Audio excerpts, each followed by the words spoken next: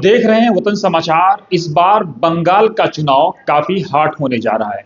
तृणमूल कांग्रेस ने कमर कस ली है। 6 दिसंबर 1992 की तारीख को याद करने के लिए तृणमूल कांग्रेस ने इस बार फैसला लिया है कि माइनॉरिटी डिपार्टमेंट 6 दिसंबर को रैली नहीं करेगा, बल्कि एक सॉलिडारिटी रैली की जाएगी। 6 दिसंबर 1992 को याद किया जाएगा।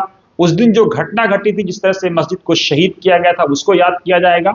और सेकुलर वोट जो है, जो कॉन्स्टिट्यूशन में बिलीव करते हैं, तृणमूल कांग्रेस की ये दलील है कि इस रैली के जरिए से उन तक मैसेज पहुंचाया जाएगा। और जानकारों का यह मानना है कि इस जरिए से वो एक खास तबके पर अपनी नजर बनाना चाहती है। तृणमूल कांग्रेस का यह भी कहना है, जब उनसे सवाल किया गया कि आखिर इस बार आपने माइनॉरिटी डिपार्टमेंट को जिम्मेदारी क्यों नहीं सौंपी, तो उनके जिम्मेदारों का कहना था कि ये सीधे सीधे ऑर्गेनाइजेशन का मामला है।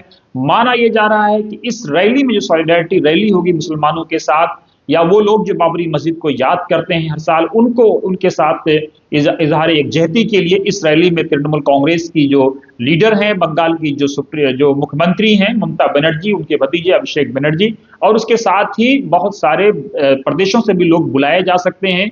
तृणमूल कांग्रेस के सोर्सेज ये बता रहे हैं कि एसआईआर के बाद जो बिहार में नतीजे आए हैं, उसके बाद तृणमूल कांग्रेस ने कमर कस ली है।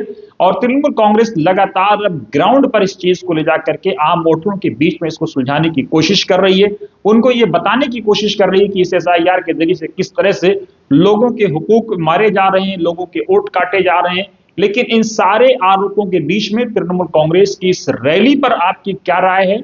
और हालांकि ये कोई रैली पहली बार नहीं है, लेकिन इस बार पहली बार इसलिए बड़े पर्दे पे देखा जा रहा है क्योंकि मेन संगठन इन्वॉल्व हुआ है।